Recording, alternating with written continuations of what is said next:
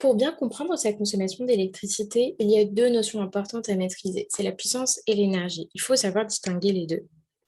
La puissance, c'est la capacité d'un appareil à consommer de l'électricité à un moment précis. C'est une mesure qui se fait à la seconde près et on va plutôt utiliser l'unité du watt ou kilowatt.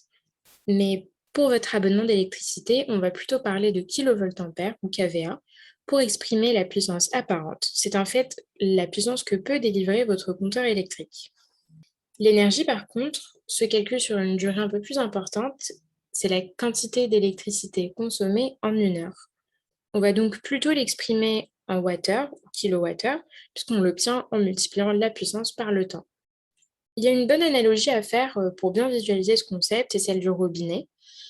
Donc imaginons un récipient sous un robinet.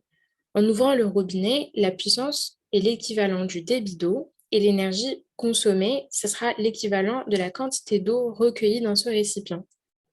Dans cet exemple, si j'ouvre mon robinet à un débit faible à moyen, cela me prend un peu moins de 10 secondes pour recueillir 40 centilitres d'eau. Par contre, si j'ouvre mon robinet au maximum, donc à une puissance plus élevée, j'aurai besoin de beaucoup moins de temps en fait pour recueillir ces 40 centilitres d'eau. Finalement, on peut voir la puissance comme la vitesse à laquelle on consomme de l'énergie. Plus la puissance est élevée, plus la consommation se fait rapidement. Pour vérifier qu'on a bien compris le concept, je vous propose un mini-quiz. Je vous donne trois ampoules à trois puissances différentes, une à 20 watts, une à 30 watts et une dernière à 40 watts. Selon vous, laquelle consomme le plus d'énergie? Est-ce que c'est celle dont la puissance est la plus élevée? Est-ce que cela dépend de la durée d'utilisation? Ou est-ce qu'on ne peut pas savoir? Je vous laisse 10 secondes de réflexion.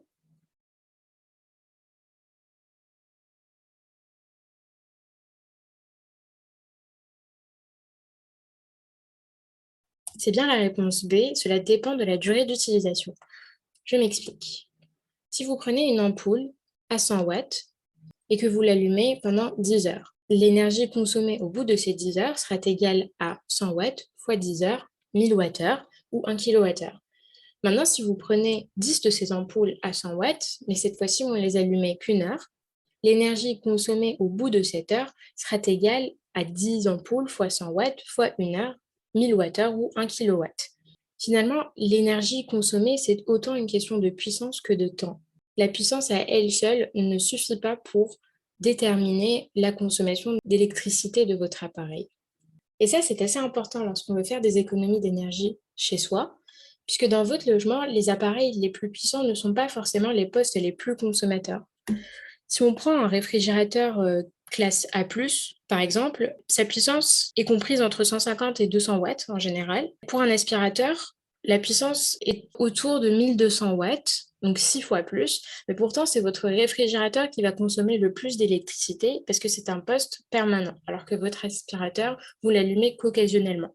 On peut trouver d'autres exemples dans un logement de ces appareils dont la puissance est assez faible, mais la consommation d'électricité peut avoir un impact, comme une box Internet, qui est aussi toujours allumée, sauf en période d'absence, ou encore un téléviseur ou un écran d'ordinateur, surtout si vous êtes souvent en télétravail.